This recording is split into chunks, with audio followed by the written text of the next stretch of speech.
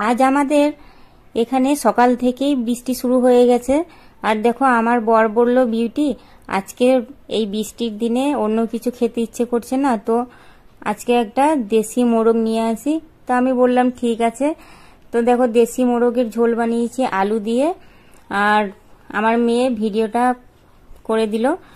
তো মেয়ে বলল, মা চলো ভিডিওটা বানিয়ে নি। দেখো দেশি মোরগের ঝোল আর সাদা ভাত, আর তার সঙ্গে যদি থাকে লেবু আর একটু ঘি আর আলু সেদ্ধ, তাহলে কিন্তু খাওয়াটা একদম জমে যাবে, আর কোনো কিছু দরকার লাগে না। তো চলো কিভাবে আমি এই দেশি মোরগের ঝোলটা বানিয়েছি সেটাই তোমাদেরকে দেখাবো। একদম যেমন আমাদের পাড়া গ্রামের মা মাসিরা রান্না করে থাকেন, ঠিক সেভাবেই আমি রান্নাটা করেছি। একদম বাটা মশলা দিয়ে দেশি মোরগের ঝোল, আর বাটা মশলা ছাড়া আমার তো মনে হয় ঠিক হয় না রান্নাটা। তো দেখো আমি পরিষ্কার করার পরে 1 কিলো হয়েছে। দেখো এটা আমি নিজেই পরিষ্কার করেছি, আর উপরের ছালটা রেখেছি। দেশি মোরগের কিন্তু ছালটা থাকলে বেশি ভালো লাগে খেতে। আর এখানে দেখো 2 চামচ করে আমি জিরে আর 2 চামচ ধনে আর একটু কয়েকটা গোলমরিচ নিয়েছি, সেগুলোকে শুকনো খোলাতে একটু ভেজে নিয়ে তারপরে বেটে নেব। তবে বেশি পুড়িয়ে ফেলা যাবে না এই জিরে আর ধনে গোলমরিচ। ব্যাস এইবার একটু ঠান্ডা করে নিয়ে তারপরে মিক্সির একটা ছোট্ট জারে নিয়ে নিচ্ছি, আর নিয়ে নিচ্ছি কয়েকটা শুকনো লঙ্কা। ব্যাস এইবার এটাকে একটু বেটে নেব। আর আমি কড়াইয়ের মধ্যে দিয়ে দিচ্ছি 100 গ্রাম সর্ষের তেল। তো তেল যতক্ষণ গরম হচ্ছে ততক্ষণ আমি আদা রসুনের পেস্টটা বানিয়ে নেব। নিয়ে নিয়েছি এখানে 50 গ্রাম আদা আর 2টো রসুন। তেল গরম হয়ে গেছে, এবার দিয়ে দিচ্ছি আলু, আর আলুর মধ্যে লবণ আর হলুদ দিয়ে আলুগুলোকে লাল করে ভেজে নেব।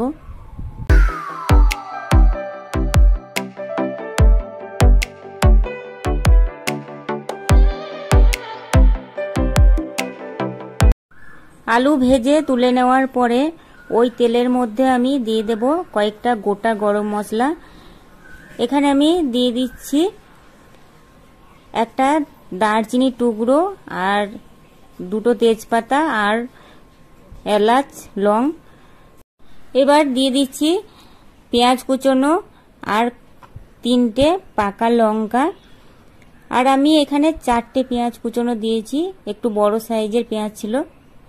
পেঁয়াজ বেশি ভাজা দরকার নেই, একটু গোল্ডেন কালার হলেই এর মধ্যে দিয়ে দেব আদা আর রসুন বাটা। দিয়ে দিচ্ছি আদা রসুন বাটা। আদা রসুন বাটা খুব ভালোভাবে তেলের মধ্যে ভেজে নেব যেন গন্ধটা চলে যায়। এবার দিয়ে দিচ্ছি জিরে ধনে আর গোলমরিচ বাটা, আর এর সঙ্গে কয়েকটা শুকনো লঙ্কা দিয়ে আমি বেটেছি। ব্যাস এইবার ভালোভাবে মশলাটা কষিয়ে নিয়ে দিয়ে দিচ্ছি 1 চামচ হলুদ গুঁড়ো।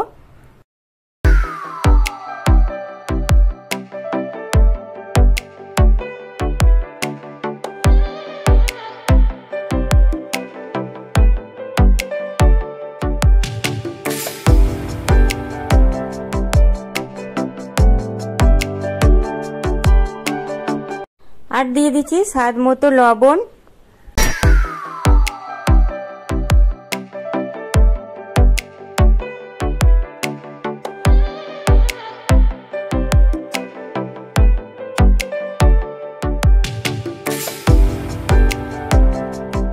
মশলা কষানোর পরে এবার দিয়ে দিচ্ছি মোরগের মাংস, আর এই মাংসটা দেওয়ার পরে খুব ভালোভাবে কষিয়ে নিতে হবে।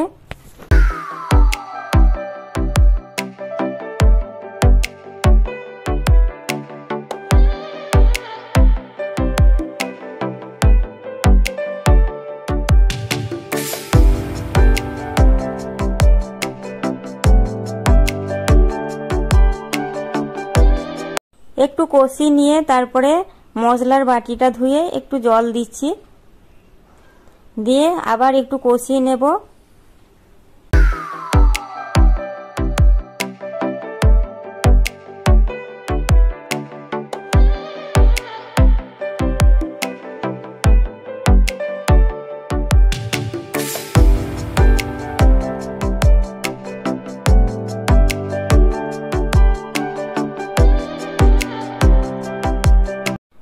কষানোর পরে ঢাকা দিয়ে দিচ্ছি।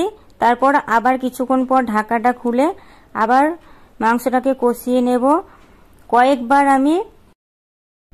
বেশ কয়েকবার আমি মাংসটাকে ঢাকা দিয়ে দিয়ে রেখেছি। তারপরে ঢাকা খুলে আবার মাংসটাকে কষিয়ে নিয়েছি। আর দেখো কষাতে কষাতে এইরকম যখন পর্যায়ে আসবে, যখন মশলা থেকে তেল ছেড়ে দেবে, মশলা থেকে তেল যখন উপরে উঠে আসবে, তখন বুঝতে হবে যে মাংসটা কষানো হয়ে গেছে। এবার আমি ভাজা আলুগুলো দিয়ে দেব। আর ভাজা আলু দেওয়ার পরে আর একটু কষিয়ে নেব। মাংস যত ভালো করে কষানো হবে তত ভালো কিন্তু মাংসর মধ্যে লবণ হলুদ মশলা ঢুকবে আর খেতেও টেস্ট হবে ভালো। দেখো আমি এখানে মোরগের যে ছালটা, সেই ছালটা রেখেছি, সুতরাং ভালো করে কষাতে হবে, তবে কিন্তু খেতে ভালো লাগবে। যত ভালো কষানো হবে, ছাল থাকলে তত কিন্তু খেতে ভালো হবে মোরগের মাংস। ব্যাস এইবার একটু কষিয়ে নেওয়ার পরে দিয়ে দিচ্ছি জল, প্রয়োজন মতো জল দিচ্ছি। আর এই মাংসটা সেদ্ধ হতে একটু বেশি টাইম লাগবে, তাই আমি অনেকটাই জল দিয়েছি। তখন মাংসটা সেদ্ধ হয়ে যাবে, তখন জলটাও অনেকটা কমে যাবে। ব্যাস এইবার দিয়ে দিচ্ছি হাফ টিস্পুন মতো গরম মশলা গুঁড়ো, সানরাইসের শাহি গরম মশলা গুঁড়ো দিচ্ছি, এর মধ্যে অনেক ফ্লেভার থাকে। ব্যাস এইবার ঢাকা দিয়ে দেব, মাংসটা সেদ্ধ হওয়া পর্যন্ত অপেক্ষা করব।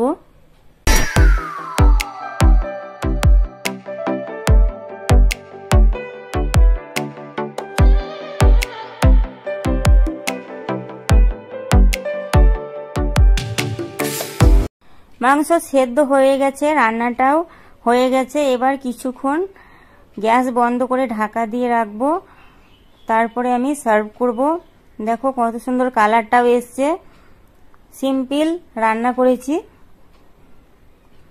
বাটা মশলা দিয়ে, তাতেই কিন্তু রান্নাটা এত সুন্দর হয়েছিল, এত টেস্টি হয়েছিল যে তোমাদেরকে যদি আমি খাওয়াতে পারতাম তাহলে তোমরা বুঝতে পারতে। যাই হোক, তো এরকমভাবে যদি রান্না করো দেশি মোরগের মাংস, তাহলে কিন্তু ভীষণ ভালো টেস্ট হবে। আর তার সঙ্গে তো সাদা ভাত আর ঘি লেবু আলু সেদ্ধ অবশ্যই বানিও। যদি এরকম একটা রেসিপি বানাও, তারপরে খেয়ে আমাকে বলো যে কেমন টেস্ট হয়েছে। তো সবাই ভালো থেকো, সুস্থ থেকো। আজকে এই পর্যন্ত, থ্যাংক ইউ।